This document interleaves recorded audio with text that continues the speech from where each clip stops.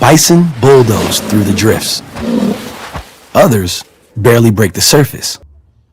A red fox. She's hunting for buried treasure. Voles. Hiding in tunnels beneath the snow. It won't be easy today, though. The howling wind and swirling snow are scrambling her senses. Her massive satellite ears can normally hear a vole from 100 feet away. Tilting her head from side to side, she tries to pinpoint the target using sound alone. No luck. But she won't let the weather defeat her. Time for Plan B. That's B for bison.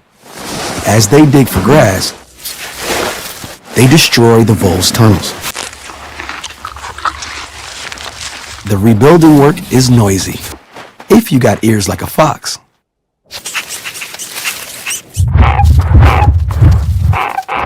Now she can get a proper fix on her target. Dinner at last.